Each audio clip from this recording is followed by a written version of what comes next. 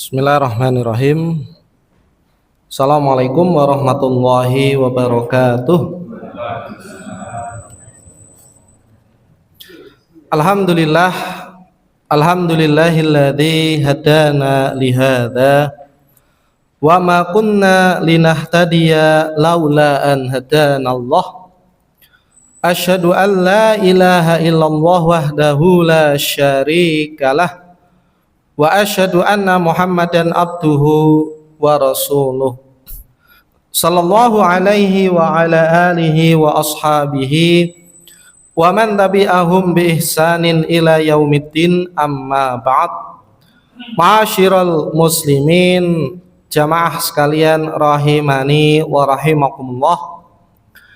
Alhamdulillah, segala puji syukur marilah senantiasa kita panjatkan kehadirat Allah Subhanahu wa ta'ala, yang mana Allah Subhanahu wa ta'ala masih memberikan kepada kita begitu banyak kenikmatan, sehingga alhamdulillah pada malam hari ini kita masih dimudahkan oleh Allah Subhanahu wa ta'ala untuk bisa melangkahkan kaki kita ke tempat yang mulia ini. Demikian juga kita masih mampu untuk meluangkan sedikit waktu kita duduk sejenak menghadiri majelis ilmu. Kemudian salawat serta salam marilah senantiasa kita curahkan kepada junjungan kita Nabi Muhammad sallallahu alaihi wasallam, kepada keluarganya, para sahabatnya, dan orang-orang yang mengikuti jejak beliau hingga hari kiamat kelak. Ma'asyiral muslimin, jamaah sekalian rahimani wa rahimakumullah. Melanjutkan pengajian kita membahas kisah-kisah di dalam Al-Quran. Kita masih berada di pembahasan kisah Qarun yang keempat, yaitu kisah tobat setelah melihat azab. Bagaimana dalam pertemuan yang sebelumnya kita sampaikan kisah Qarun bersama orang-orang berilmu, dan sebelumnya kita sampaikan kisah Qarun bersama orang-orang para pencari dunia. Bagaimana kedua kelompok ini menanggapi Qarun? Bagaimana kedua kelompok ini ketika melihat Qarun? Tentu tanggapannya berbeda. Orang-orang yang hatinya memang condong cinta kepada dunia, mereka mengatakan Qarun itu orang yang beruntung. Qarun itu orang yang ladzu hadzin azim. Dia sungguh diberi bagian yang sangat besar oleh Allah Subhanahu wa ta'ala. Dan mereka pun berharap sekiranya mereka bisa seperti Qarun. Adapun orang-orang berilmu melihatnya tidak hanya dari sisi dohir tawa. Mereka ketika melihat Qarun diberikan harta yang melimpah, tidak apa-apa. Tapi ketika Qarun sombong, ketika Qarun pamer, kemudian ketika Qarun ujub, ya sudah. Orang-orang berilmu dari kalangan muridnya Nabi Musa, mereka mengingatkan, wailakum, celaka kau wahai Qarun. Itu penglihatan, penilaian dua golongan manusia. Yang satu pencinta dunia, yang satu memandang dari sisi ilmu agama, Pak. Mereka yang diberi ilmu agama memandangnya dari sisi apa? Akhiratnya. Tidak apa-apa misalkan diberi kekayaan melimpah, tidak apa-apa. Yang penting jangan sombong, jangan pelit, jangan pamer, apalagi suka meremehkan orang. Nah, kemudian tibalah Qarun ketika sudah mencapai puncak kesombongannya, maka Qarun dibinasakan sebagaimana dalam surat Al-Qasas ayat 81. Fa khasafna bihi wa bidarihil arda fama kana lahu min fi'ati yang surunahu min dunillahi wa ma kana minal muntasirin. Maka kami benamkan Qarun beserta rumahnya dan hartanya ke dalam bumi. Maka tidak ada baginya suatu golongan pun yang menolongnya terhadap azab Allah. Dan dia termasuk orang-orang yang tidak dapat membela dirinya, bukan termasuk orang-orang yang ditolong.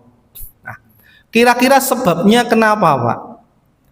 Kenapa kok Qarun ujuk-ujuk diadab dengan ditelan bumi?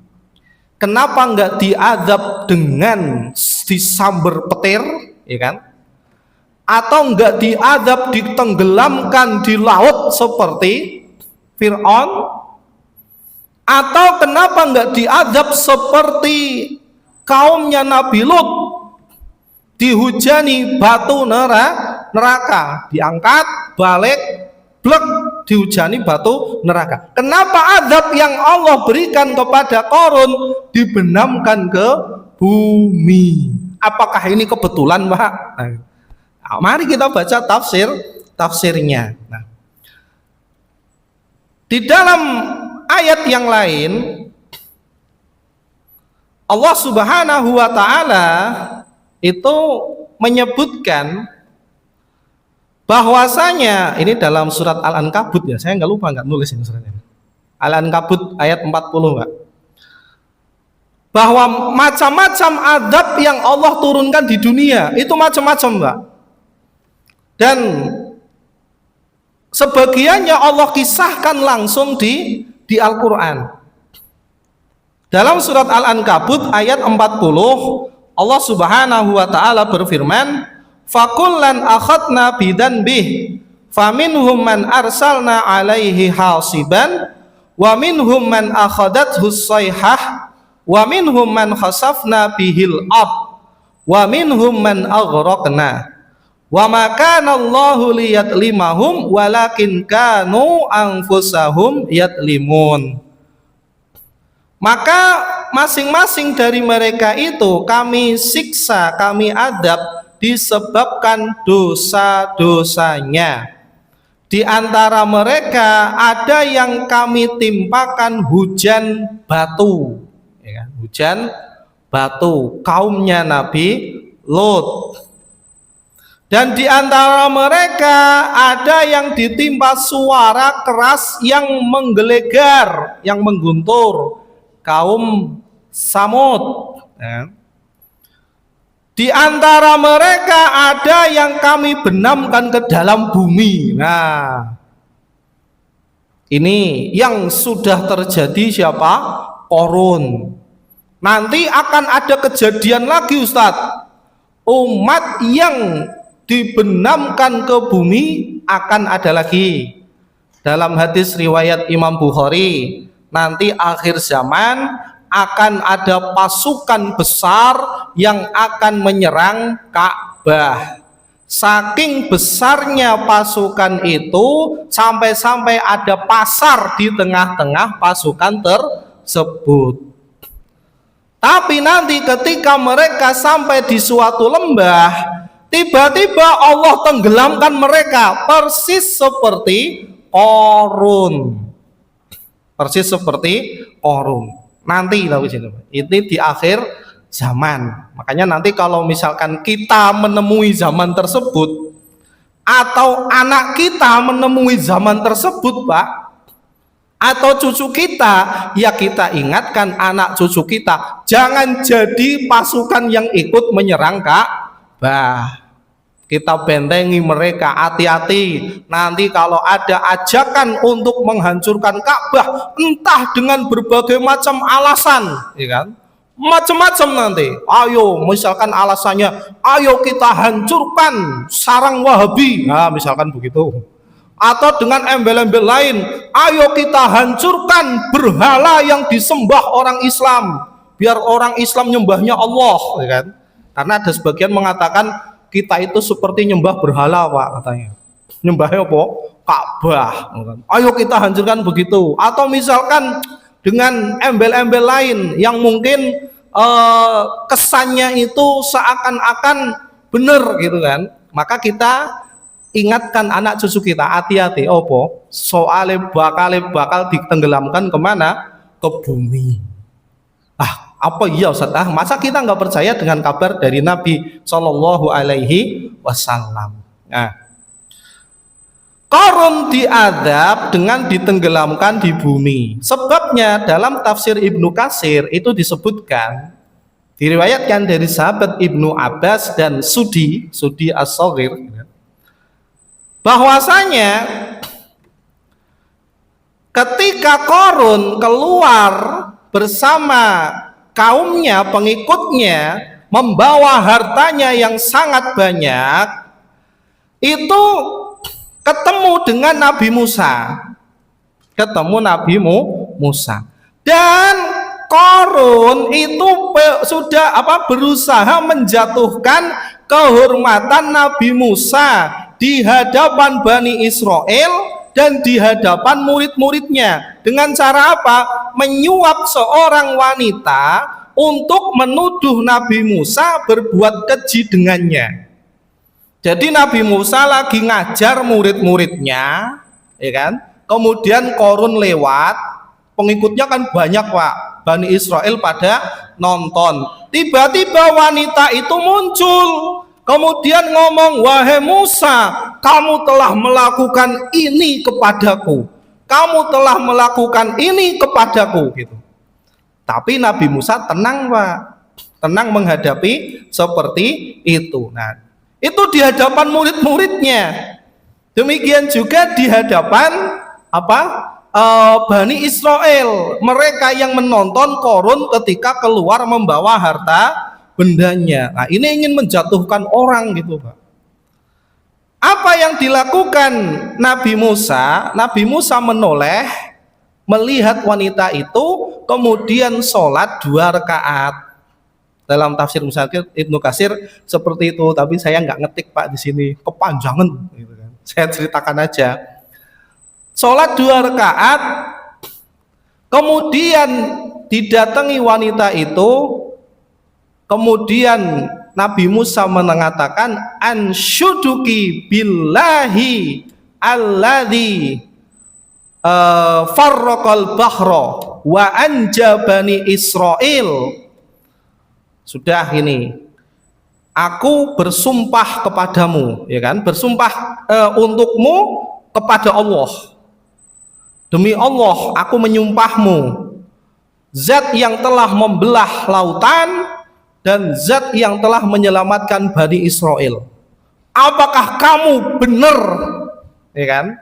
Benar yang diomongkan kamu? Apakah aku melakukan ini kepadamu, gitu kan? Tiba-tiba wanita itu takut, Pak. Kenapa? Dalam wanita itu masih ada keimanan, takut. Kemudian dia ngaku, saya bertobat kepada Allah, saya ampun, ngaku. Kemudian dia ngaku, Qarunlah yang menyuruhnya. Kemudian wanita itu bertobat. Dia yang tadinya pengen menjatuhkan kehormatan Nabi Musa, akhirnya tidak jadi. Makanya Pak Bu, kalau ada orang, kita pengen ngetes orang ini bohong atau tidak. Kalau dia masih punya keimanan, mesti takut sama Allah. Kita sumpah, Pak, ambil Al-Quran. Ini yang kita praktekkan, Pak, sama santri-santri yang kalau misalkan mau bohong, mau apa, tak ambil Al-Quran. Ayo disumpah. Ini Al-Quran ya. Allah menjadi saksi ya. Kalau kamu bohong, semoga kamu ditabrak truk. Gitu, Pak. Kalau kamu bohong, semoga kamu stroke. Ayo, silahkan. Berani enggak?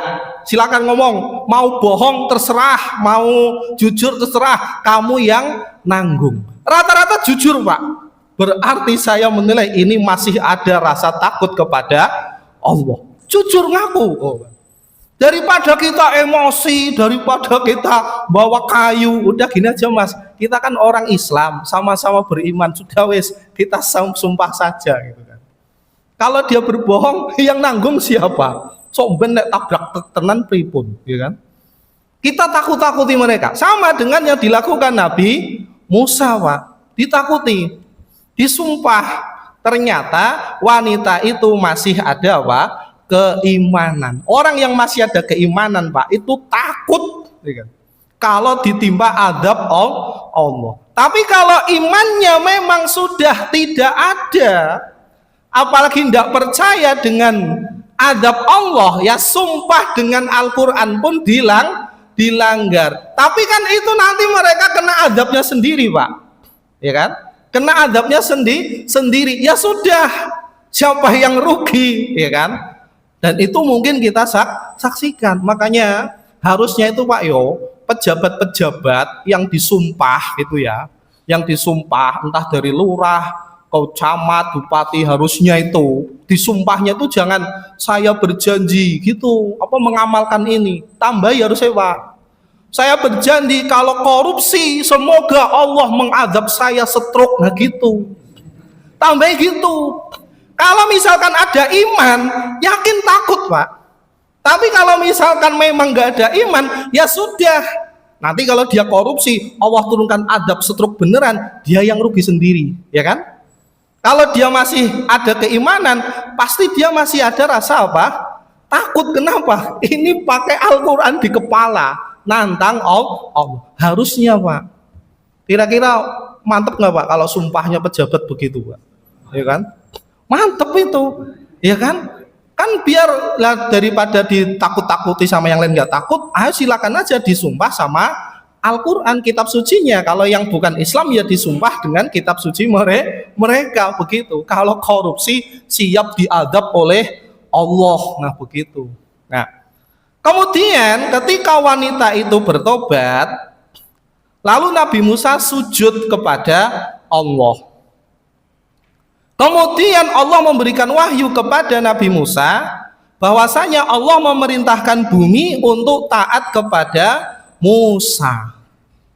Lalu Musa meminta bumi, ya kan, minta bumi untuk menelan Korun beserta hartanya, Pak.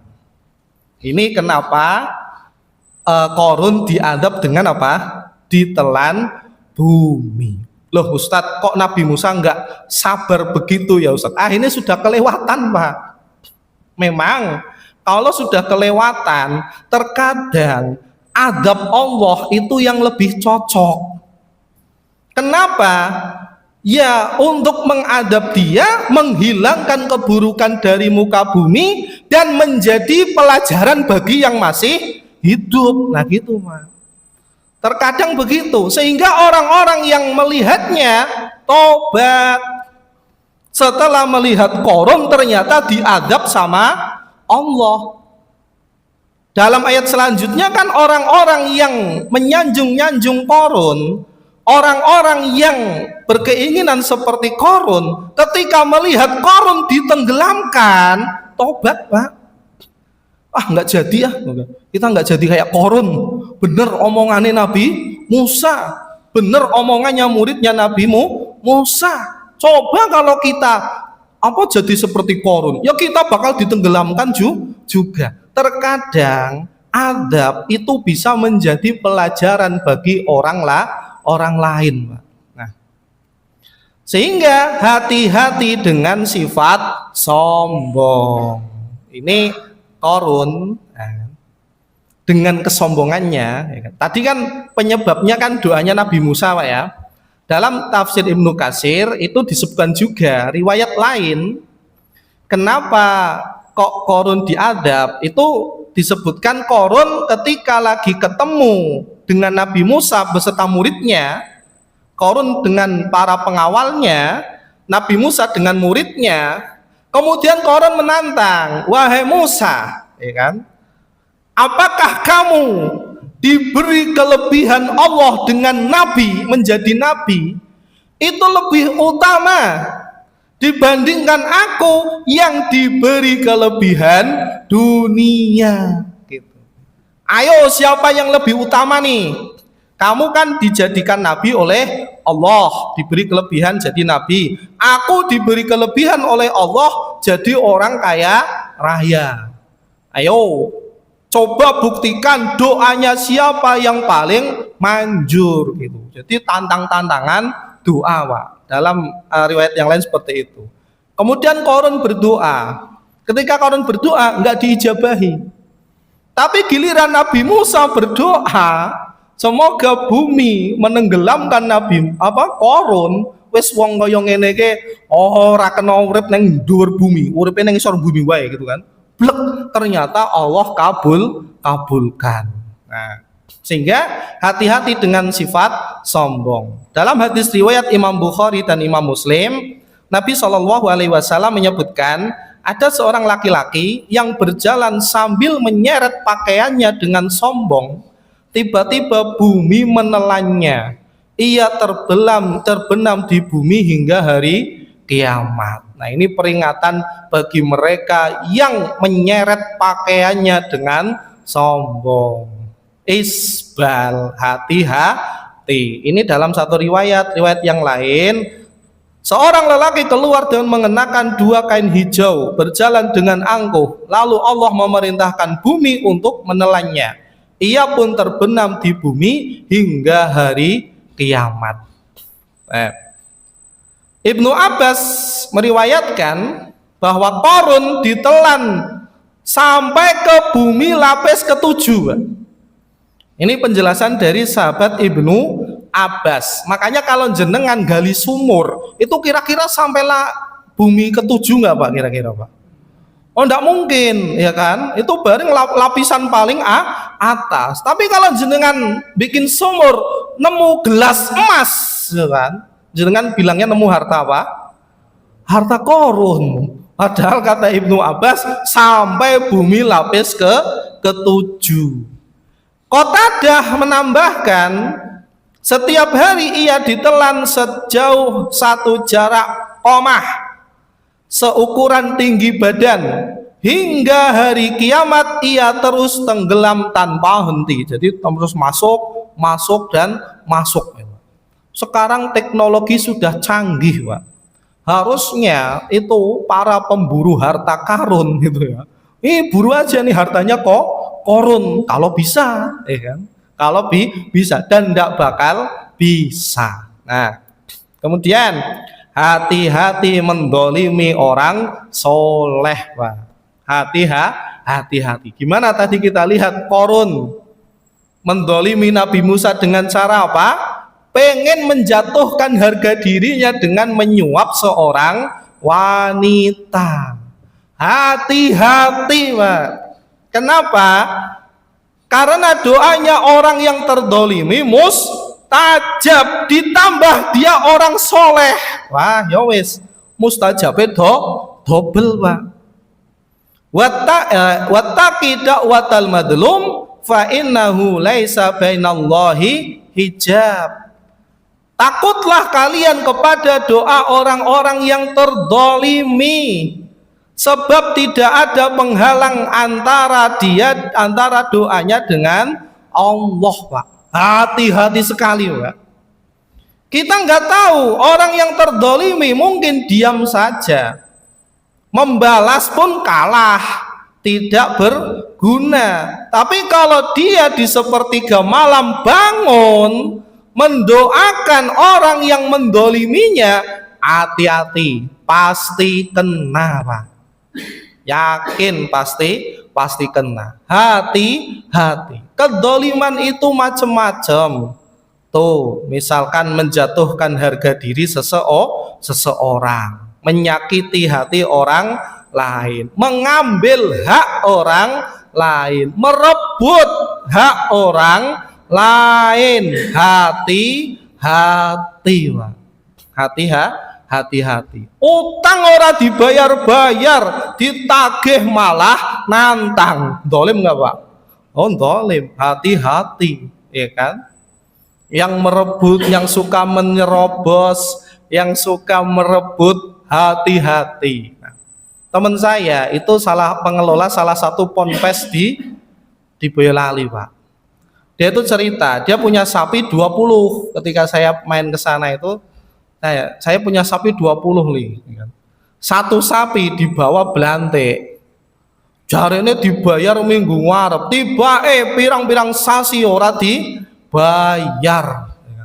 Ditagih ora dibayar, ditagih ora dibayar. Akhirnya ditelepon, "Pak, apa jenengan niku tega to? Iku sapi nggo ngopeni santri neng pondok. Jarene janjine arep dibayar. Sapine wis digawa kaya tekan sepene ora dibayar. Ayo bayarlah, Pak. Aku rapan bayar."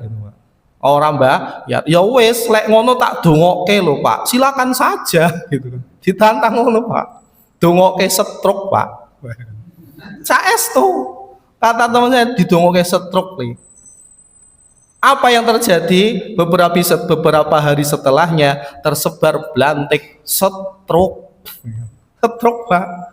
Hati-hati, Pak. Dongone wong yang terdolimi, itu kan. Mungkin dia kalah, ya kan? Mungkin dia nggak bisa balas, tapi kalau ngangkat tangan, yo hati-hati. Ustadz, berarti kalau ada utang nggak dibayar kita doakan stroke, Ustadz? Ya enggak, janganlah.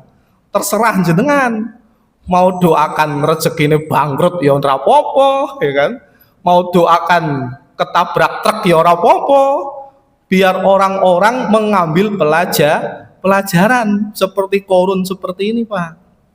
Ada juga di daerah saya, Pak, yo, itu anaknya itu cerita, "Mas, bapakku yo marbut masjid, gitu. Marbut masjid 30 tahun. Marbut masjid 30 tahun. Lah setelah masjidnya gede, lantai 2, mewah, infaknya itu tiap Jumatan bisa nyampe 2 juta, gitu kan yo. Tiba-tiba dituduh bapaknya korupsi. Padahal dia cuma marbut masjid, ndak bawa duit kotak infak. Kerjaannya cuma ngepel, nyapu, adzan gitu, Pak. Duitnya yang bawa bendahara, tapi dituduh korupsi, akhirnya dipecat, Pak. Dipecat tanpa ada pemberitahuan, tanpa ada apa, ujuk-ujuk dipecat. Sakit hati, Pak. Sakit hati lah. Kalau misalkan cuma dipecat-pecat aja enggak masalah. Kalau misalkan mau ada orang yang pengen masuk jadi marbut, itu kan. Tapi dituduh korupsinya ini, Pak. Disebar di kampung katanya dia korupsi. Tapi yang nyebar nggak tahu siapa, gitu kan. Sedih kan, Pak? Wong dia orang cilik, ya kan. Ditanya kerjaannya apa, dia tuh kerjaannya cuma petani biasa, Pak. Wong tani cilik. Masa wong tani korupsi duit masjid, ya kan? Nggak masuk akal. Nah, ketika tengah malam, sepertiga malam, ngangkat tangan, Pak. Ya Allah, saya dituduh apa? Korupsi duit masjid, gitu kan. Yang nuduh juga nggak jelas siapa, kok jahat banget. Berilah hukuman dia, semoga stroke ya Allah, gitu. Beneran, Pak. Beberapa hari setelahnya muncul salah satu takmir masjid stroke. Padahal awalnya sehat, bergas. Orang-orang menuduh dia yang menyebarkan berita itu. Stroke beneran, Pak. Setelah beberapa hari, beberapa minggu, beberapa bulan mati, sudah. Habis itu nggak ada berita lagi. Ternyata itu membuat orang-orang lain itu apa? Yang mengambil pelajaran. Hati-hati. Makanya ya kita semua punya senjata apa? Pamungkas. Dalam kitab Mustajabatud Doa itu punya Imam Ibnul Jauzi, itu sudah ada terjemahannya, Pak. Silakan kalau mau baca itu ya. Itu kisah-kisah doanya orang yang mustajab. Bagaimana zaman dulu ada orang kecil tanahnya diserobot. Nah, zaman sekarang kan banyak tuh cerita-cerita katanya orang kecil tanahnya diserobot. Kenapa dia nggak ngangkat tangan sama Allah, gitu kan? Terkadang karena dia nggak tahu, mungkin nggak tahu bahwa dia punya senjata pamungkas. Nah, dulu dikisahkan ada seorang kaya raya di zaman tersebut pengen bangun rumah yang sangat mewah. Lah, kebetulan tanahnya itu karena rumahnya saking gedenya, akhirnya pagernya mepet dengan seorang miskin, rumah gedek gitu. Karena pagernya sangat gede, lah kemudian akhirnya jadi mepet sama rumah gedek punya orang miskin. Lah orang kaya ini ndak maulah, masa istana megah sampingnya rumah gedek. Akhirnya piye carane biar diusir gitu, Pak. Piye carane biar tanah itu bisa menjadi dia, atau piye carane lah gitu kan. Ya jenenge wong duit-duit kan karepe kan pengen gitu kan, Pak. Kemudian yang punya rumah itu nggak mau. Kemudian ngangkat kedua tangannya sama Allah, ya Allah hancurkanlah istananya, hancurkanlah rumah. Yang dilalah Pak, ada gempa umahe ambruk tenanan loh Pak, ambruk beneran. Dalam kisah itu disebutkan istananya yang megah ambruk beneran. Lah rumahnya yang gede gak ambruk kan, kalau ada gempa gede, omah kayu karo omah gedung, sing kuat omah apa Pak? Omah kayu beneran, yang dilalah begitu. Itu ketika doanya orang yang terdolimi diijabahi sama Allah. Makanya hati-hati Pak, apalagi yang didolimi orang soleh, ya kan? Nabi Musa didolimi seperti itu, ya tenang saja Nabi Musa, ya kan? Dia punya doa yang mustajab. Nah, agar doa kita ketika sempit atau susah dikabulkan, maka ketika kita waktu luang, ketika kita waktu senang, kita juga hendaknya selalu berdoa kepada Allah, Pak. Nabi SAW mengingatkan dalam hadis riwayat Hakim, kemudian disahihkan oleh Imam Ad-Dahabi dan dihasankan oleh Imam Al-Albani rahimahullahu ta'ala, man sarrahu ayyastajiballaha lahu inda syada'id wal karbi fayaksuru du'a firroho.